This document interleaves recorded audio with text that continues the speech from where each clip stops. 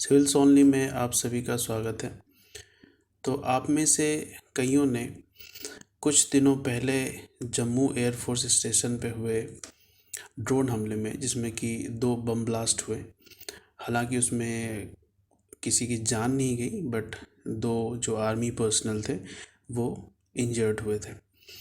तो इस ब्लास्ट के बारे में, इस हमले के बारे में आपने सुना होगा।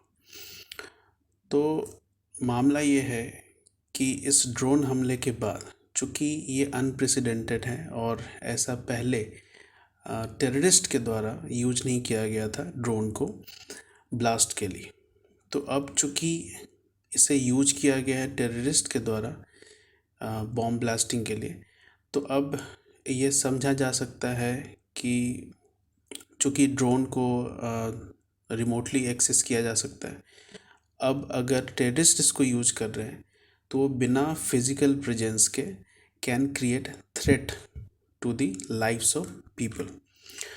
तो हम इसको देखेंगे आज यूपीएससी पर्सपेक्टिव से, जो इंटरनल सिक्योरिटी और बॉर्डर सिक्योरिटी का जो मामला है, इसको परिप्रेक्ष्य में रखते हुए इसको हम लोग आज डिस्कस करेंगे इस इशू को, और समझेंगे यूपीएससी के नज़रिए से कि कैसे ये हमारे सिलेबस के लिए, यूपीएससी के लिए इम्पोर्टेंट है।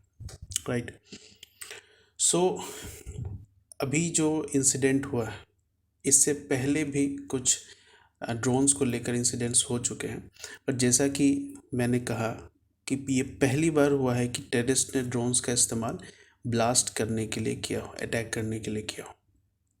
बट इससे पहले के इंसिडेंट्स अगर देखें इंडिया के अंदर, तो 2020 में, जून 2020 में काउंटरफिट करेंसी, मतलब जो जाली करेंसीज होती हैं, पैसे होते हैं, उसको ट्रांसफ़र करने के लिए यूज किया गया था, जो कि पंजाब के गुरदासपुर में एयर ड्रॉप कराया गया था, राइट, ड्रोन्स का यूज़ करते हुए। फिर 2020 में पंजाब पुलिस ने 11 ग्रेनेड सीज किया था, जो कि अगेन पाकिस्तान की तरफ से एयर ड्रॉप कराया गया था। देन जनवरी 2021, इसी वर्ष, जम्मू कश्मीर में एक कंसाइनमेंट पकड़ा गया, जिसमें कि 2 लोगों को ये रिसीव करते हुए देखा गया, जिसमें कि 16 ग्रेनेड्स थे, 2 AK-74 राइफल्स थे, 9 AK मैगजीन्स थे, 1 पिस्टल एम्यूनिशंस था। तो पहले तो खैर टेररिस्ट के द्वारा ड्रोन्स को आर्म्स एम्यूनिशन ट्रांसफ़र करने के लिए यूज किया गया, राइट। बट अगर अब इस तरीके के थ्रेट्स दिए जा रहे हैं, मतलब इस तरीके के थ्रेट्स प्रोड्यूस हो रहे हैं, क्योंकि जो एम्यूनिशंस हैं, आर्म्स है, उसको ट्रांसफ़र करने के अलावा बॉम्ब ब्लास्ट के लिए भी इसको यूज किया जा रहा है। तो आप समझ सकते हैं, अगर ये आर्मी स्टेशन पे यूज किया गया है तो ये रिहायशी इलाकों में भी किया सकता है। और ऑलरेडी बॉर्डर्स पे देखें तो जो वैली है, मैं कश्मीर वैली की बात कर रहा हूँ, तो ये ऑलरेडी जो फैटेलिटीज़ हैं आर्मी मैन के साथ साथ, वहाँ पे आए दिन लोगों की जानें जाती हैं टेररिस्ट अटैक्स के कारण। तो ऐसी स्थिति में जब लोग वहाँ पे जूझ रहे हैं टेररिस्ट थ्रेट से, टेररिस्ट अटैक से, ऐसे में ड्रोन्स का यूज़ करना उन टेररिस्ट के द्वारा, ये काफ़ी चिंताजनक बात है। इसके अलावा भी ईरान के द्वारा जो अटैक करवाया गया था, ऐसा कहा जाता है तथाकथित, सऊदी अरामको, ये कंपनी है सऊदी अरबिया की, जो कि ऑयल प्रोडक्शन कंपनी है, ठीक है। यहाँ पे ट्विन अटैक्स कराया गया था, मतलब 2 ड्रोन अटैक्स हुए थे 2019 के अंदर। तो ये कुछ पास इंसिडेंट्स हैं। इसके अलावा भी कुछ इंसिडेंट्स हैं, चूँकि आगे हम लोग उसके बारे में डिस्कस करेंगे। जो ड्रोन्स है, इसको सर्विलांस के लिए भी यूज किया गया यूएस के द्वारा, जो वियतनाम वॉर है उसमें भी यूज किया, मतलब 1960s के ज़माने से यूज हो रहा है।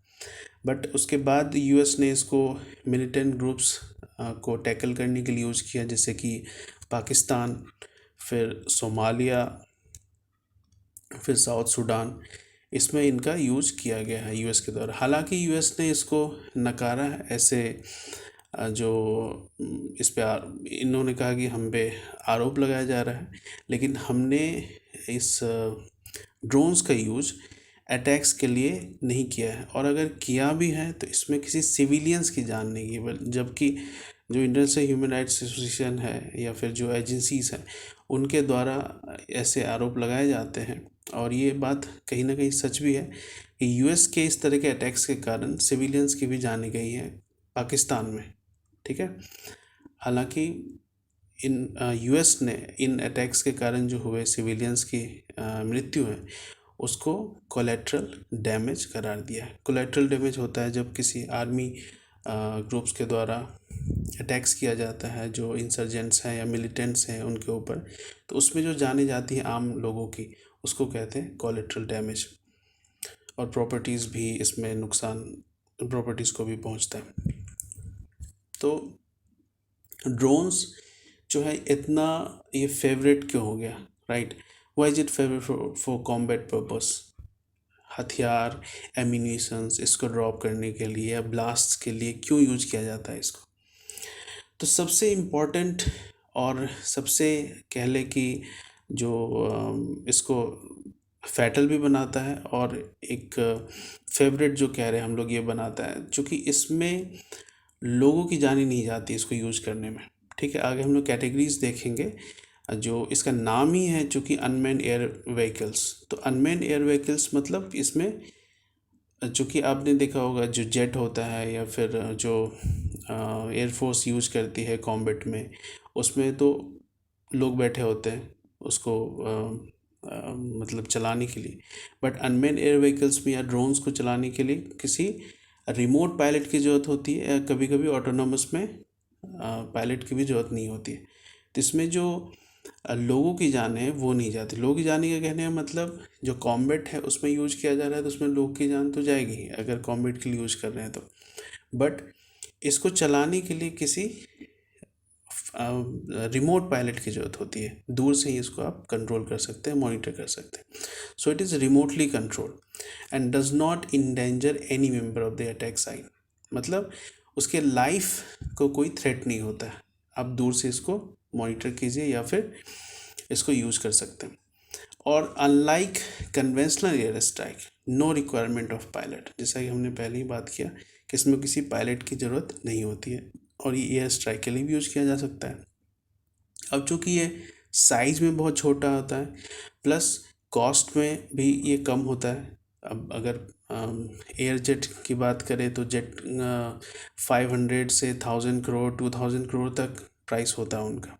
ठीक है, जैसे राफेल के बारे में आपने सुना ही होगा कि 1600 करोड़ में एक राफेल आया है। सो अगर कॉस्ट की बात करें तो ये बहुत कम है। अगर एयर स्ट्राइक में हम इसको यूज कर रहे हैं ड्रोन्स को, तो ऐसे केस में अगर कंपेयर करें जेट से तो ये बहुत कम है इसके प्राइस। और ये साइज़ में बहुत छोटा होता है, राइट? तो इसको हैंडल करना भी ईजी है। फिर हाई एल्टीट्यूड में जिस तरीके से बैलिस्टिक मिसाइल का यूज करते हैं और वो रडार के घेरे में आ जाता है, मतलब उसको रडार सर्च कर सकता है, इंटरसेप्ट कर सकता है। बट चूँकि इसका स्पीड भी कम होता है और ये लो एल्टीट्यूड पे फ्लाई करता है, इस वजह से इसको ट्रेस करना या फिर इंटरसेप्ट करना it becomes hard for radar system.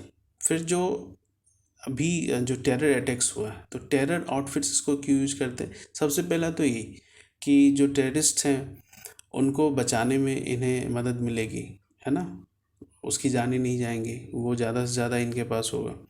फिर जो टेरर आउटफिट्स है ये कॉम्बैट ड्रोन्स का इसलिए भी यूज करते हैं क्योंकि उनके पास कोई लॉन्च पैड नहीं होता, मतलब कि they do not have infrastructure.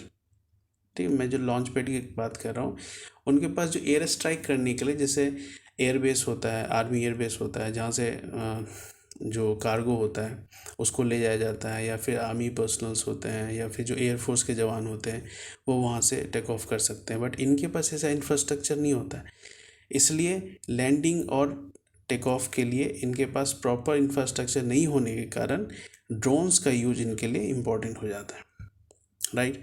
और जैसा कि हमने देखा ये जो वेपन ऑफ मास डिस्ट्रक्शन मतलब आर्म्स, एम्यूनिशंस, बॉम्ब्स, ये सब डिलीवर करने में, या फिर काउंटरफिट मनी को भी देखा हमने, ट्रांसफ़र कर सकते हैं इससे, तो पैसों के आदान प्रदान में भी ड्रोन्स का यूज होता है। इसलिए भी जो नॉन स्टेट एक्टर्स मतलब जो टेररिस्ट हैं या फिर जो नक्सल्स हैं, ठीक है, जो लोकल इंसर्जेंट हैं, उनके द्वारा ये यूज किया जाता है।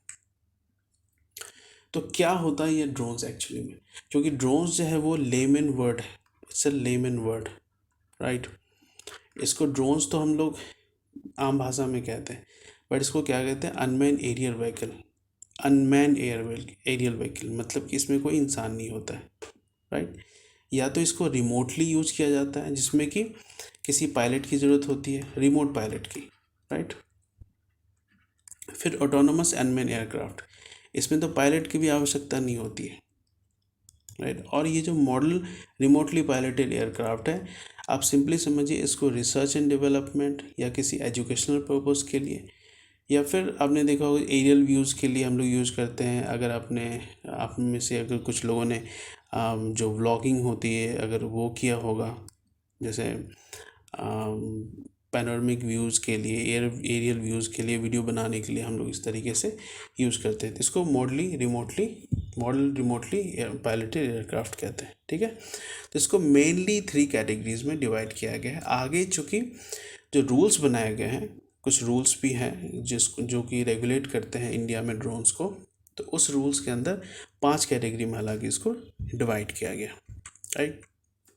क्या है वो रूल्स, तो चूँकि 2020 के अंदर, ठीक है, ऑलरेडी जो ड्राफ्ट अनमैन्ड एयरक्राफ्ट सिस्टम है, right, draft unmanned aircraft system 2020 जून में इसको ड्राफ्ट किया गया था और कॉमन लोगों के लिए कमेंट के लिए इसको रखा गया था। फिर इसके बाद लगभग कुछ 10 महीने बाद कमेंट्स जो आए या फिर जो भी सजेशंस आए, उसके बाद एक नया रूल बनाया गया जो मार्च में बना, मार्च 2021 में, जिसका नाम है unmanned aircraft system rules 2021, right. This is unmanned aircraft rules 2021, ठीक है। अब इसके अंदर कोई इंडिविजुअल है या फिर कोई कंपनी, ठीक है, ये इंडस्ट्रीज़ के लिए भी इसको बनाया गया, कोई इंडिविजुअल या कंपनी है, उसको प्राय डीजीसीए मतलब director general of civil aviation, इसके अप्रूवल की आवश्यकता होगी। It is mandatory.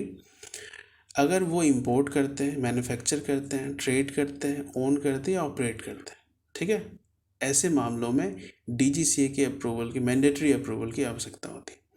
और जैसा कि मैंने आपको कहा कि जो अनमैन्ड एयर व्हीकल है उसको इस रूल के तहत 5 कैटेगरीज में डिवाइड किया गया अकॉर्डिंग टू देयर वेट्स, ठीक है।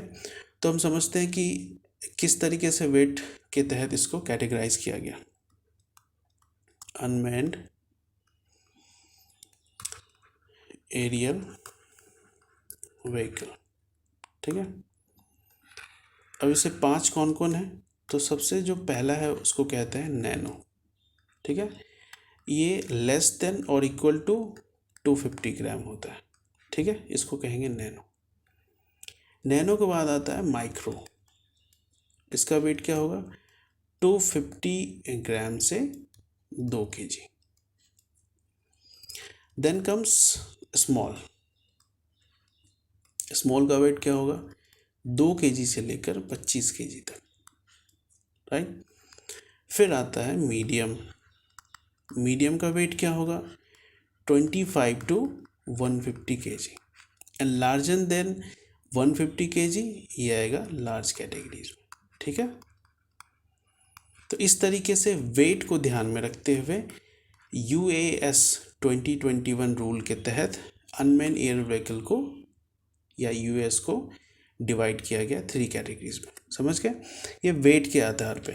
तो आगे देखें, no permission no take off policy, जो कि सभी यूएस के लिए यूज किया गया है एक्सेप्ट नैनो, ठीक है। जो नैनो कैटेगरी के होंगे जो अनमैन्ड एयर व्हीकल है, उसको छोड़कर जो no permission no take off policy है वो सभी यूएस पे लागू होता है, ठीक है। फिर माइक्रो और स्मॉल यूएस, ये 60 मीटर माइक्रो के लिए और 120 मीटर स्मॉल के लिए, इसके ऊपर इनको परमिशन नहीं दी जाएगी फ्लाई करने की, ओके, अंडरस्टूड। फिर ऑल यूएस एक्सेप्ट नैनो, फिर से नैनो कैटेगरी को छोड़कर सारे अनमैन एयर व्हीकल्स को flashing anti collision strobe lights, ठीक है, जो ये यूएस होंगे, जो नैनो कैटेगरी को छोड़कर जितने भी यूएस हैं या अनमैन एयर व्हीकल हैं, उनको एंटी कोलिजन स्ट्रोब लाइट लगाना होगा। स्ट्रोब लाइट क्या होता है? स्ट्रोब लाइट को आप सिंपली समझ सकते हैं, जिसको हम डिस्को लाइट के नाम से जानते हैं, राइट। इसको इसमें फिट करना होगा सारे यूएस में। फिर जो स्ट्रेटजिक या सेंसिटिव लोकेशन है, जैसे एयरपोर्ट्स हो गए, कॉमर्शियल एयरपोर्ट्स, फिर defence airports, border areas, military कोई इंस्टॉलेशंस या फैसिलिटीज़ हैं, उनके आसपास ये कैंप्स होते हैं, उनके आसपास आप इसको फ्लाई नहीं कर सकते हैं। So these are some of the key highlights of UAS rules 2021। This is very important from the prelims point of view, ठीक है, इसको आप याद रखना। Then here is the question for ये आज का क्वेश्चन है और इसको आप सॉल्व करने की कोशिश करें। देखिए, आपको जो आज का डिस्कशन है, ठीक है, ये एक शॉर्ट डिस्कशन था आज का, चूँकि ये ड्रोन्स के ऊपर है। अभी बहुत सारी चीज़ें सामने आनी बाकी है, क्योंकि ऐसे जो हमले हैं वो मैंने आपको कहा अनप्रेसिडेंटेड है, जो टेररिस्ट के द्वारा यूज़ किया गया। इसलिए ये देखना ज़रूरी होगा कि अभी जो रूल है हमारे पास, क्या ये इनफ है इस तरीके के हमले से निपटने के लिए। अब अभी हम टेररिस्ट के पास देख रहे हैं, अगर ये नक्सल के पास भी आ गया तो ये इंटरनल थ्रेट होगा पूरी तरह से, ठीक है, क्योंकि नक्सल तो आपको पता ही है कि ये देश के अंदर कई राज्यों में अभी भी है, राइट। तो ये और भी ज़्यादा ये सिरदर्द हो सकता है, इंटरनल थ्रेट हो सकता है इंटरनल सिक्योरिटी के लिए। तो इसको ध्यान में रखते हुए आपको ये समझने की ज़रूरत है कि जो कन्वेंशनल मेथड है इन चीज़ों से मतलब डील करने का, टेररिस्ट से या नक्सल से, क्या उसमें चेंज करने की ज़रूरत है, क्या हमारे पास बेहतर रूल्स हैं, रेगुलेशंस हैं, राइट। तो अभी और भी चीज़ें आने बाकी है, अगर कुछ ऐसा अपडेट आया तो मैं आपको ज़रूर बताऊंगा। खैर, जो ये क्वेश्चन है आज के डिस्कशन पे बेस्ड, इसको आप सॉल्व करने की कोशिश करें कि गैर सरकारी संगठनों द्वारा मानव रहित विमानों के उपयोग ने भारत के लिए एक अभूतपूर्व आतंकी खतरा पैदा कर दिया। तो आपको क्या लगता है कि मानव रहित विमान प्रणाली नियम 2021, जो अभी हम लोग US रूल पढ़ रहे थे ना 2021, इस खतरे से निपटने में कितना सक्षम है, इस पर चर्चा की, ठीक है। The use of unmanned aircraft by non state outfits, जो टेररिस्ट की बात कर रहे थे, has posed an unprecedented terror threat to India, क्योंकि पहली बार ऐसा देखा गया है, इनके द्वारा यूज़ किया गया है ब्लास्ट के लिए। So how far do you think is the unmanned aircraft system rules 2021 capable of dealing with this threat, ठीक है, इसको डिस्कस कीजिए। ये प्रीलिम बेस्ड क्वेश्चन है, इसको भी आप सॉल्व करने की कोशिश करें। अगर आपने ध्यान से सुना होगा डिस्कशन को तो आप इसको अभी के अभी सॉल्व कर सकते हैं। हालांकि हमारे टेलीग्राम चैनल को आप ज्वाइन कर सकते हैं और वहाँ पे इसके आंसर्स आपको मिल जाएंगे। तो मिलते हैं नेक्स्ट वीडियो में एक और रेलिवेंट इशू के साथ। तब तक के लिए take care and good bye.